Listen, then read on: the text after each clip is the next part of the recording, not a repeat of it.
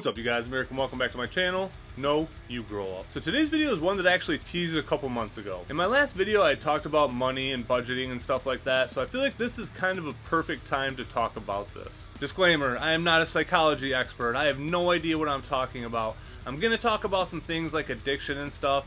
This is not coming from a place of any scientific background or anything like that. This is just coming from some idiot that collects toys. So take everything I say with a grain of salt, because I am just a moron with a YouTube channel. I can only speak from a place of my experiences, but I can kind of use my vantage point to explain to you guys how I see things as well. So since we've already brought it up, let's talk a little bit about addiction. You have things like drug and alcohol addiction, and those are kind of in a completely different category than what I'm talking about. Yes, I do believe that addiction is addiction, but those have a chemical dependency that kind of goes along with it as well, so it's really a whole different ball game. I would associate collecting addiction to kind of fall in line more with like gambling addiction or something like that. But what you're really getting out of an addiction that doesn't have a chemical dependency associated with it is a dopamine addiction. And I can tell you I am 100% addicted to dopamine. I've had a very addictive personality my whole life. Typically when I get into something, I really get into it. I dive head first, and I'm very bad at focusing on a lot of things at once. I'm very bad at living a well-rounded life, and it's something that I'm really trying to improve on. Just like when I started this YouTube channel,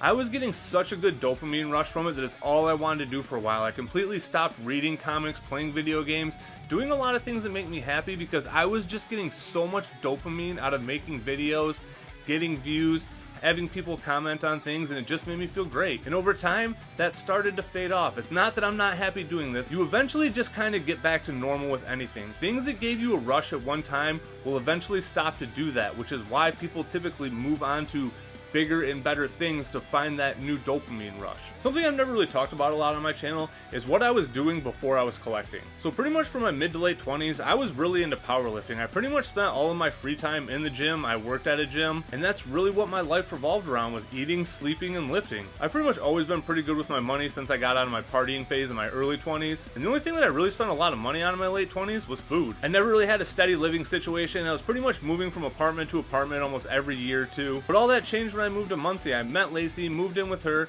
and once I did, I finally felt like I could kind of start to nest a little bit, so that's when I wanted to start collecting something. So once I moved to Muncie and decided that I wasn't going to compete in powerlifting anymore and I was just going to kind of do it for fun, I started looking for that next thing to chase, that next dopamine drip that I could go after, and the first thing I found was Lego. And it started off small like most addictions do. I just grabbed a $5 poly bag on the checkout. Me and Lacey were at Target. I was like, I'll just grab this and put it together when I get home. And that basically kicked off everything. After I did that, the dopamine rush I felt putting that set together was unbelievable. And immediately afterwards, I'm like, I'm gonna go to the store tomorrow and buy another set. And I did. I bought a little bit bigger set, and then I bought a little bit bigger set. And I remember the first time I spent $50 on a set. I bought an X-Wing, and at the time I was like, man, $50 on a Lego set, like, this is just crazy. There's so much more responsible things I could spend this money on. And it didn't take long for me to get to the point where spending $50 was nothing. I really dove deep into Lego. I started buying a ton of sets. I was easily spending a couple $100s a month on Lego. And at some point in late summer 2019,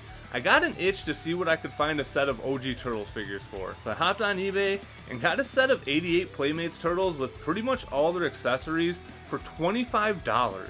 They were in great condition, and I still feel like it's one of the best eBay purchases of my entire life. And after I got those Turtles, I just got another one of those insane dopamine drips, and I was like, I'm gonna start collecting this line. And then I started picking up carded Simpsons Playmates figures as well, because that was actually a line that I'd wanted to start collecting a couple years back, even before I was collecting things. And then I decided that now was gonna be the time. So I started collecting Playmates TMNT, I started collecting Simpsons Playmates figures, and then that's pretty much all I really collected going into the first of the year. Around the first of the year is when I really started discovering modern Turtles action figures. I had seen NECA figures, but I didn't really know what they were. And then one day I saw a ton of the NECA TMNT movie Splinter and Shredder figures go up on eBay, and they all said GameStop exclusive, so I went and called up my GameStop. They said they didn't have any, but sent me to the other one in town, and that's how my modern action figure journey started. As I had just discovered modern action figures, I really started getting back into comics as well. So within a couple months into 2020, I was balls deep into Lego, modern action figures, retro action figures, and comics. And then the pandemic happened.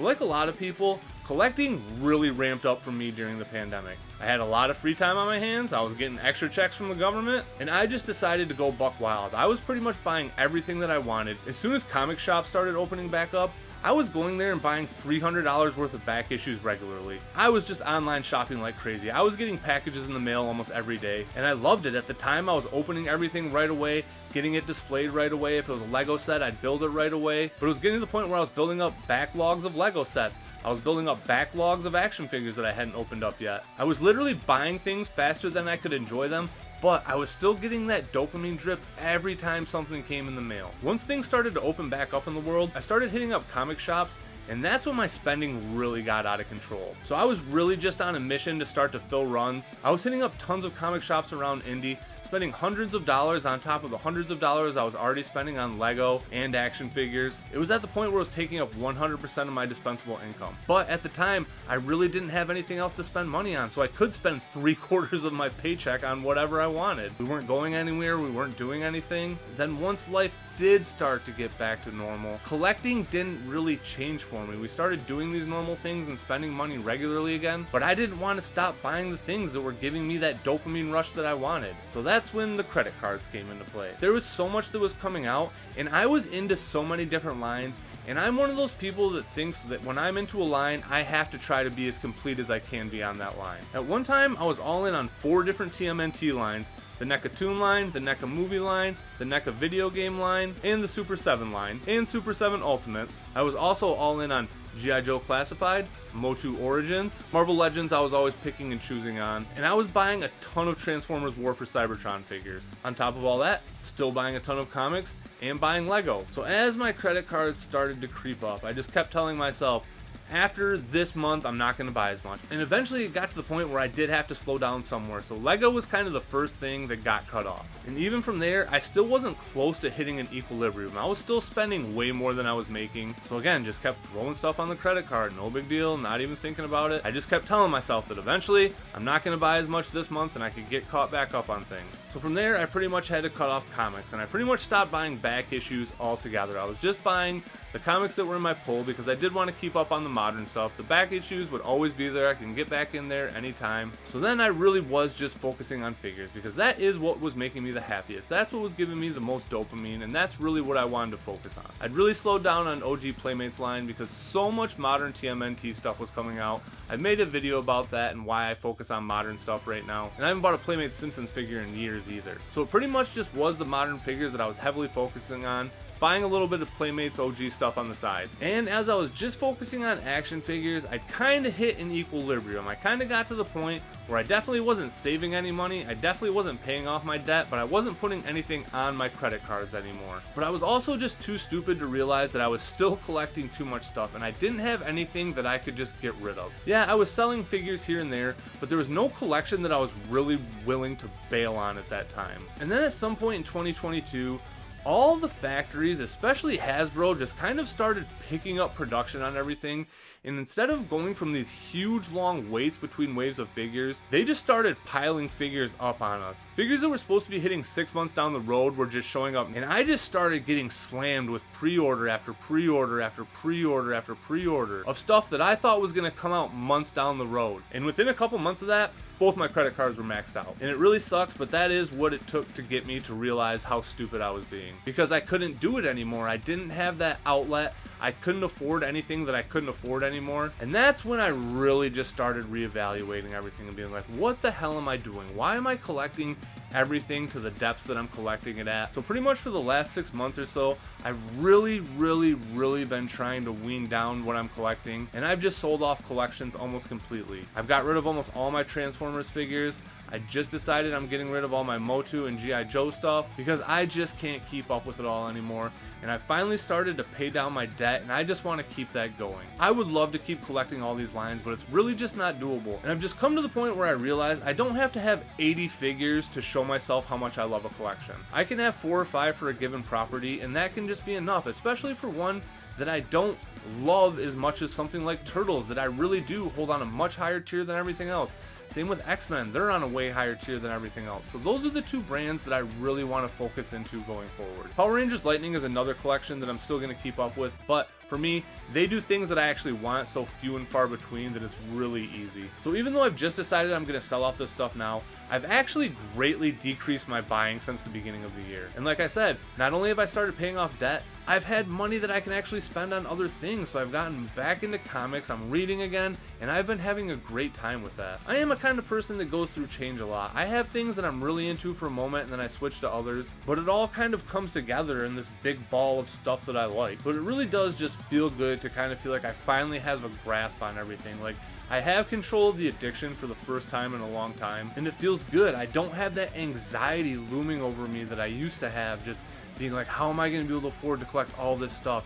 And again, it's all stuff that I didn't really need at the end of the day. I thought I did, but once I started selling it, I realized I didn't. And that's what made it really easy. Once I started selling off like the exclusive stuff, the really rare stuff, that was kind of the centerpieces of those collections, it made it a lot easier to start letting the little stuff go as well. So I know hindsight's always 20/20, but this is a situation where if I could go back and do it again, I would definitely go about it in a totally different way. If I can go back, I would have just cherry picked the figures that I wanted from other lines and really just focused on Turtles, X-Men, and comics this whole time. And as I've made comments on a lot of stuff like this, a lot of people have chimed in and say they've gone through the same exact thing. So I feel like I did fall into a lot of the traps that other collectors have fallen into. And even as you're listening to me tell this story, you might be feeling the same way that I felt before I decided to get out of the trap. And I understand that it's not easy and you might not be able to do it right now. You might do it when the time's right for you. And you might be a person where money doesn't even matter and you're not racking up the credit card debt. So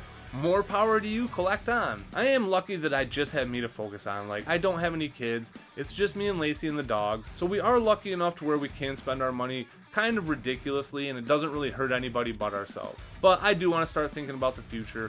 We are going to start really making moves to sell this house soon. So unfortunately, I am going to have to grow up just a little bit for the time being. But it's all for the greater good. One day we're going to move into a bigger house. One day I'm going to have more room to have a bigger display. And that's when I'm going to really start investing into other things like better shelving, more lighting. So I am excited for the future. I am glad that I've gotten a grasp on things, but don't worry, I'm never going to give up on collecting. I'm still very excited about Turtle stuff. I'm still very excited about getting X-Men stuff. These are all just pointless objects at the end of the day. Yes, they make us happy. They bring us that dopamine drip, but just because we love this stuff doesn't mean we should get to the point where we're spending so much money on it that it's actually causing us more stress. The best piece of advice I can give to any new collector: don't ever use credit cards to buy anything. Just collect what you can afford. You're going to have your own journey. You're going to figure out things for yourself. I'm just trying to share with you my cautionary tale from my experience. Thank you guys for watching. Thank you guys for listening. Thank you to all my longtime subscribers for sticking around. Can't tell you guys how much I appreciate you. And thank you to all the new subscribers. Welcome to the channel. We've had a lot of you from my last video. Hopefully I can keep you guys sticking around. But that's all I got for this one. So take it easy, be safe, and I'll catch you guys later. Peace.